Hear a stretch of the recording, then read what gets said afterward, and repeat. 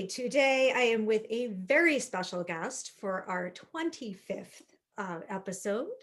Um, I'm here with Marie Jarrell, who is a marathoner, a coach. She's coached all of the marathons that I've run. Um, Let me start by asking you, the most basic question. How did you become a runner? Well, I was one of those people who had never run and decided, oh, I think I want to do a marathon. So it was, kind of the traumatic life experience. Was newly divorced. I had just moved out of my house, all that kind of stuff. I don't know why I didn't curl up in a fetal position. Instead, I decided, I was like, oh, it was kind of like a bucket list thing. Oh, I'd like to run a marathon maybe someday. I don't know why that was in my head since I had never run. And I thought, and if I'm going to do one, I'm going to do the Disney Marathon. And, I got a postcard in the mail for a team, Disney Marathon. So I signed up and that was it. So you started as a participant and then I worked. started as a participant. Chris King was my coach. Mhm. And I started as a participant and knew literally nothing. I mean, I really didn't know what I was doing at all. When I think back, I'm like, oh my God, how did I even get through that first one? I mean, I had good coaching, but still, you learn so much after, every one that you do and the more experience you have. But yeah, I was complete rookie. Wow. And how did you get into coaching? Was it you just were there? Well, I'm a physical therapist by trade. So I think that was sort of a natural, sort of progression, right? And plus I was running through team and training. I wanted to get more involved. I became a mentor and then it was like, okay, coaching. And I Mhm. got to be really good friends with Chris. And like I said, I think just the physical therapy aspect of it. Plus I'm a learner, right? I mean, if I was going to do a marathon, I was going to read every book on the planet on marathon. It was books back then. It wasn't internet. I was going to read every book. So I kind of already had like a bunch of knowledge, right? Mhm. And I don't remember how I got to sign up or how I got to do it, but it was sort of a natural progression. Mhm. Talk a little bit about how your physical therapy life kind of informed that.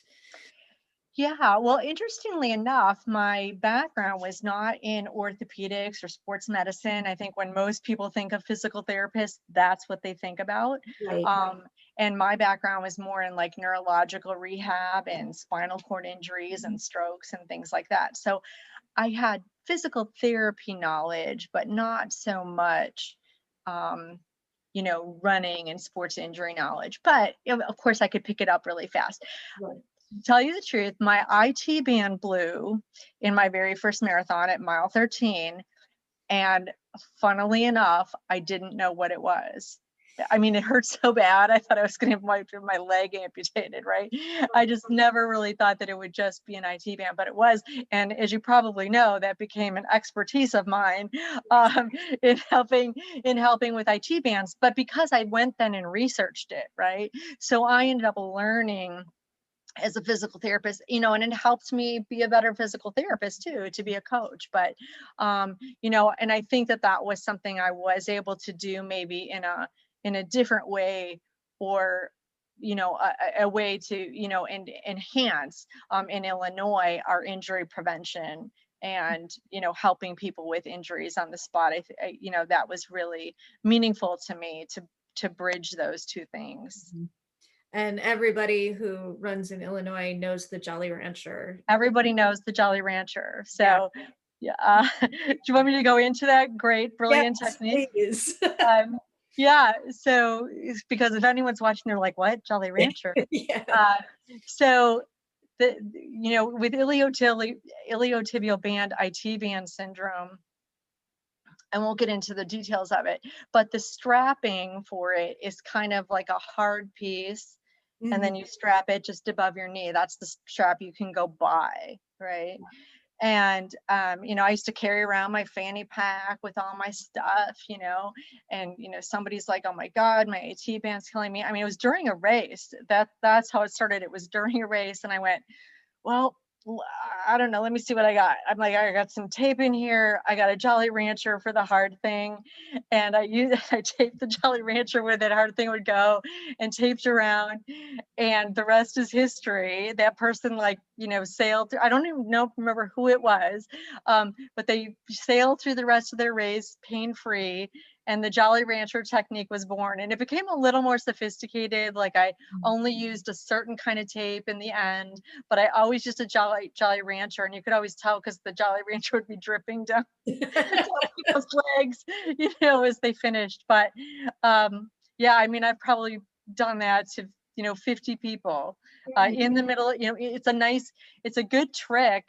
There's other things that you can do prior when you're training, Mhm. but when you're in the race, you're just trying to get somebody through, right? And Yeah. so it's a nice trick to get people through, and it works for most. Yeah. I Yeah. remember, one of my fellow runners saying, "Oh yeah, I had IT problems." Ooh, I'm like, no, it's okay. Marie gave me a Jolly Rancher. I'm good. I know. It's hilarious. I really need to package it in a little kit somehow. Definitely. How has the pandemic affected you as a runner? Hasn't really affected me too much because honestly, my running was more affected prior to, because of some health things that, I had going on the last few years.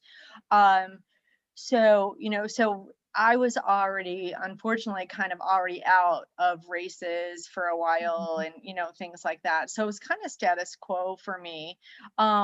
Except for at the beginning of the pandemic, it actually got me moving more, because everybody was out taking walks, and everybody was outside. So I wasn't running, but I was like, kind of getting back into walking regularly, and things like that. So I wasn't so much, I could sympathize and empathize, right, with people whose races were canceled, Yeah, who had trained so much, and, who really missed all that. And, but I had kind of I had already gone through that, right. personally prior to the pandemic.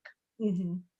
Is there, anything, a race or just getting back with, groups on the lakefront that you're looking forward to as we come out of the pandemic?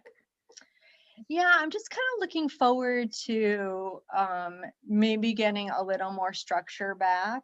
Mm. And my group, as I was highly involved in team and training, and that had already changed as well a little bit, Yeah. right? So our group, my main group here in the South area, has sort of dissipated. But I actually met up with two uh, team and training friends on Saturday and walked 2 miles with them. So, so just being able to do that, like I knew that they walked on Saturdays, and I'm like, can I join you? And I Mhm. think there'll be more of that. And I think I'll plan some and say, hey, I'm going to go on the path on Saturday. Who wants to join me? And Yeah. it's always more fun. I mean, even if you don't walk or run together, just knowing everyone's out there, and then meeting at the beginning and meeting at the end, Right. and all of that kind of camaraderie just Yeah. makes it more fun than kind of going out on your own. Yeah.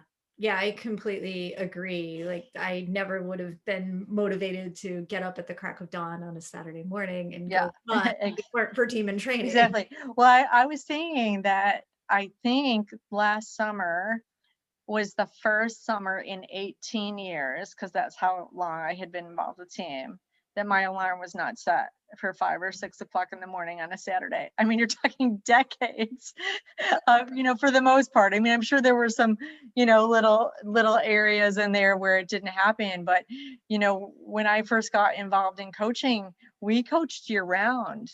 You know, so spring, summer, winter, fall, all 4 seasons. So so yeah, so one Saturday I was like, this is really weird. Like really weird that I don't, my alarm's not going off at 6 a.m. So Mhm. yeah. Um, so let's talk about, outside of running and coaching. Let's talk a little bit about the Sunbow Foundation, Yeah, because I love to think do that.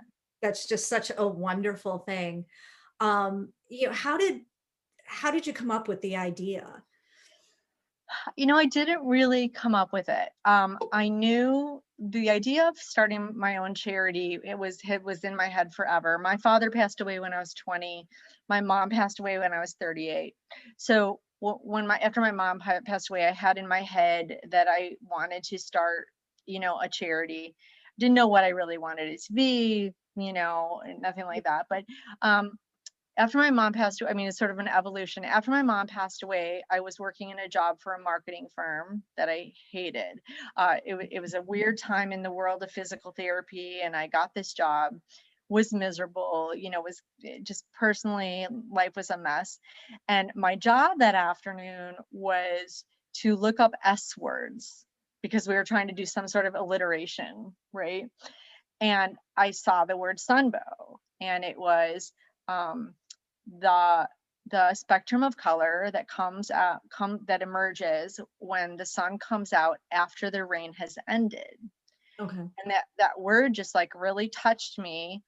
And the word became a mantra for me. So it became like my sunbow, I was in the darkness and I was like, but someday the light's going to come out and the spectrum of color after the sun, right? So that was just an important word to me. And things happen for a reason, as they say, right?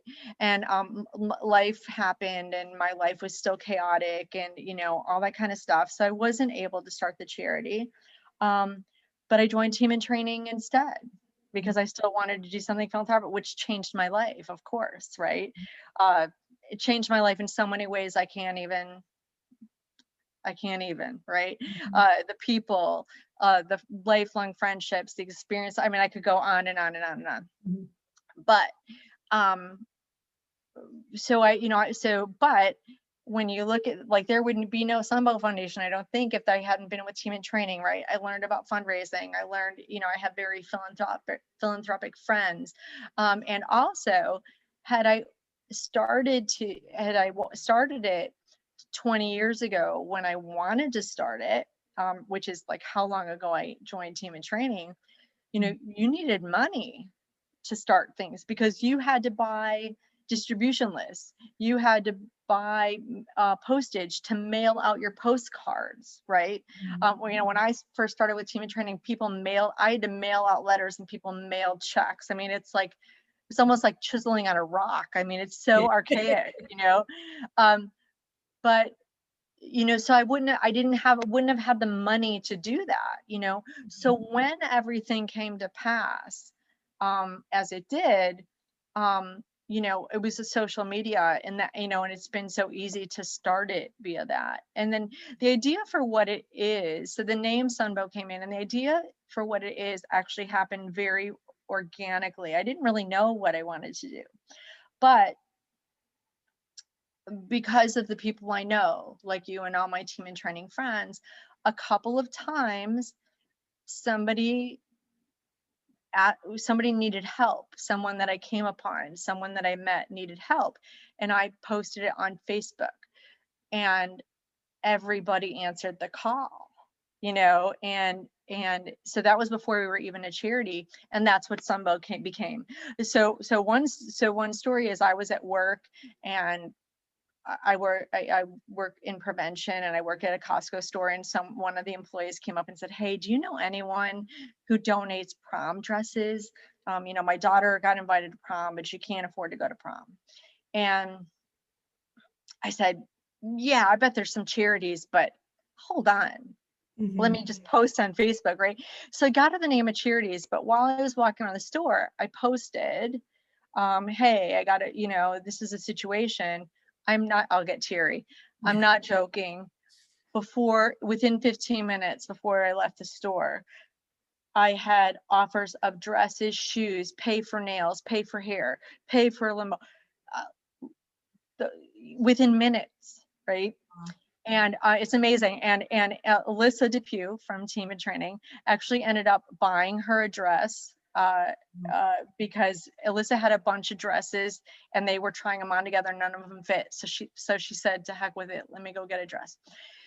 So anyway, this young girl went to prom, was beautiful, and she's in the Navy now. And whenever I see her mom, she says, all the time, she still talks about that. she still talks about she can't believe strangers Mhm. did that for her. And so those situations became the Sunbow Foundation. It became exactly what we do. We're going to be the light. We're going to be the light in the spectrum of color. We're going to calm the storm. We're going to end your storm and make it better. And it's many different kinds of storms, which I also love. It doesn't have to be that you have cancer. It doesn't have to be anything specific. It just has to be that you need help and you're not getting help from anywhere else. So here we are. And I think that's, part of, at least to me, that's what's so appealing about giving to the Sumbo Foundation, because it doesn't exclude anybody. No, There's so many different stories, and to feel like then, you post things on social media and they're yeah. like, yeah, I'm a part of that. And it feels Exactly. good. Yeah, so it doesn't exclude anyone. And I think also it's not abstract. You know that when you, like you said, I donated to that. I saved that person's house, Yeah. and that's exactly what you do, what the groups do. Like if you donate, and that's how I say it. I'm like, look what you did today. You Yeah. saved a person's house. You paid for health insurance for this little boy who needed it to continue his leukemia treatment. You paid for daycare for a mother, whatever it might be. Yeah. And yeah, and that's really cool. Yeah. Really cool. I completely agree. Yeah, so thank you for talking about that. It's a real it's important to me personally. It means so much to me, but it really is amazing, and it wouldn't be here if not for all the Sunbows who donate. That's what's really cool. We do it together. I don't have $3,000 to give to somebody, you Right. know, but the dollars, the $5, the whatever it might be, come together, and then somebody says, I need $3,000 to fix the pipe on my house, so Mm. I don't lose my house. Right. Yeah. Yeah. And I think, that's another part of it, that, you see all these people come together, Mm-hmm. just, Exactly. with it's hard to turn on the news in this day and age without hearing terrible things. But when you see this situation where, we've all pulled together, we're total strangers, we don't know this person, but we know we help. Exactly. I think it's Exactly. wonderful. Yeah. Um, and to help people in your own community, I Yeah. think is definitely part of it. Um, and is that mostly how you're finding, people, is through social media and just through personal? Yeah, yeah, social Facebook, I mean, I gotta say, Facebook is just amazing, and that's mostly how the charity is growing. Of course, I have dreams of making it bigger, and I have a placeholder website, and we're working on the website and things like that. But really the core of it when I started was it was really supported 100% by people who knew me. Yeah. It really, you know what I mean? It was really my friends who started it in those early years, and they supported the Sunbelt Foundation, but they supported me personally, right? And Mhm. then right before the pandemic, we were kind of set to take off pandemic year, and we did in more ways, but I got someone from the Tribune was doing feel good stories Mhm. of the community, and she did an article in the Tribune, and I was one of a series. Um, and then I got interviewed by somebody for a radio show. Like just a couple media things happened, like in December of what would that have been? 2018, Mhm. right? No, 2019, like just before the January, the pandemic. And that is what really turned it a little bit to strangers, Mhm. donating, people who just read about it and sent me checks. I mean, I just like got checks in the mail or whatever. And so that turned it. And I was hoping to build on that in that year, kind of didn't, just I didn't fundraise really very much at all last year. I didn't feel right asking anyone Mhm. for money. I think the only time I did an out and out fundraiser was they had a special Giving Tuesday, like in July, Mhm. but kind of gave it a break, but still had money to help people, when they needed it, just by people who donated anyway. So I kind of gave it a rest and didn't push things so much. And now it's time to rev it up and try to see, where we can go. And people can find the Sunbow Foundation on Facebook. Yeah, that's the best is Facebook, and you can search Sunbow Foundation, or you can go to facebook.com/Sunbow Mhm. Foundation. But if you just search Sunbow Foundation, you'll find our page. And the cool thing about it, about the page, like what you said, the bad news and whatever, is that I post on the Sunbow Foundation page not only stuff that we're doing, but any kind of act of kindness story that I see. I just post it with my little Sunbow love, on that page. And so that page is pure joy, pure kindness, pure, if you're sick of all the bad news, you can just go there and scroll story after story after story of just people being nice to each other. And sometimes I think we all need that. Sometimes we just need to get away from the regular old Facebook and the regular news, but that's the best way. We do have a placeholder website, sunbowfoundation.org, but it really is just a placeholder. I mean, it's there, it's up, you can donate on it, but we're working on getting it a little more sophisticated and getting some stories up and stuff. Yeah, there's been many a Monday morning when I've actually looked at that page just because Just to get you going. it's a happiness. Yeah, exactly. And especially the year we had last year, boy, I mean, there were many times you just, needed to go there. Yeah, definitely. Yeah, it's a way to see, the best in people. And Exactly. we need to be reminded of that sometimes. Yeah. Um, so, back to running. Hmm. Talk a little bit about what running has, we've touched on this a little bit, but what has running brought into your life other than the health and fitness benefits? Well, it brought the world into my life, because it was, again, I told you when I started, I was newly divorced. I was by myself, just all these life changes that happened, and kind of isolated. I can remember every time I run through my neighborhood or walk through my neighborhood, I have a clear vision of me holding my Walkman that had a 45-minute tape that you would flip. Yes, kids, you do not have an iPad where with 8,000 songs. I listened to the same 90 minutes of songs for 8 months or however long I trained. Oh my God. But I can remember crying, like as I, just because it was just cathartic, but I was out there. I wasn't sitting at home in a fetal position, but, but it made me accomplish things I never could have dreamed of. So I got to, after my first marathon, of course I start with a marathon, so dumb, right? Well, But some people um do. I know.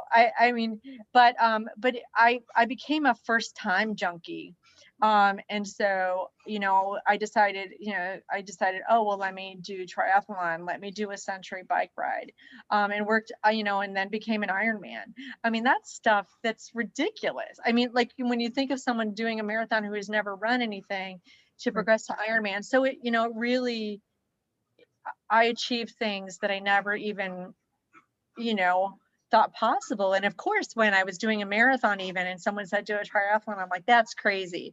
And then you do a triathlon and someone says, oh, well, why don't you do Tahoe 100-mile bike ride? Well, that's crazy. And then you do it. And then you're like, oh, an Ironman. No way, man. No way would I ever do an Ironman. And you just, be careful, what you're around.